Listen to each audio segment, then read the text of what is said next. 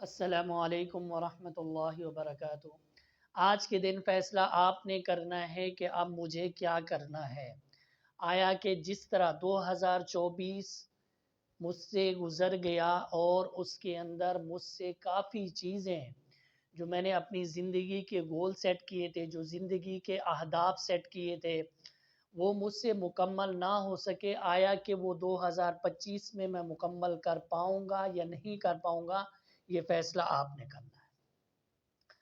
اب یہ سارا کا سارا فیصلہ آپ ہی پر ہے کہ آپ نے زندگی کی ذہنی نشوونما، جسمانی فٹنس، اسی طرح اپنے تعلقات کو مثبت کرنا، اپنی ایجوکیشن کا خیال کرنا، یہ ساری چیزیں آپ کے لیے ضروری ہیں۔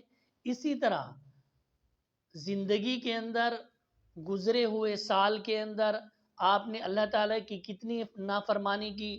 تقریباً ایک سال کی نمازیں 1830 بنتی ہیں۔ آپ نے کتنی نمازیں قضا کی ہیں؟ اور اسی طرح کتنی دفعہ اپنے والدین کی نافرمانی کی ہے، کتنی دفعہ اپنے رشتہ داروں سے اپنے تعلقات کو خراب کیا ہے۔ یہ آپ نے بیٹھ کر خود فیصلہ کرنا ہے۔ آپ کو کوئی آ کر آپ کو یہ بتائے گا نہیں کہ آپ کی یہ خرابیاں ہیں۔ جس طرح آپ نے اپنی زندگی کو کامیاب کرنا ہے، ذہنی فٹنس کے اعتبار سے، اپنے کیریئر اور مستقبل کے اعتبار سے، اپنے آپ کو مالیاتی طور پر مضبوط کرنا ہے کہ آپ نے جاب کرنی ہے یا آپ نے کاروبار کرنا ہے۔ اسی طرح اپنے آپ کو اچھا انسان اور متقی اور پرہیزگار بنانے کے لیے آپ نے اللہ تعالیٰ کی فرما برداری بھی کرنی ہے، حقوق اللہ کا بھی خیال کرنا ہے، حقوق العباد کا بھی خیال کرنا ہے، تاکہ آپ معاشرے کے اندر ایک فائنینشیلی طور پر مضبوط انسان بننے کے ساتھ ساتھ آپ ایک اچھے اور نیک انسان بھی بن سکیں، اور یہ آنے والا سال آپ کی کامیابی کا سال ہو۔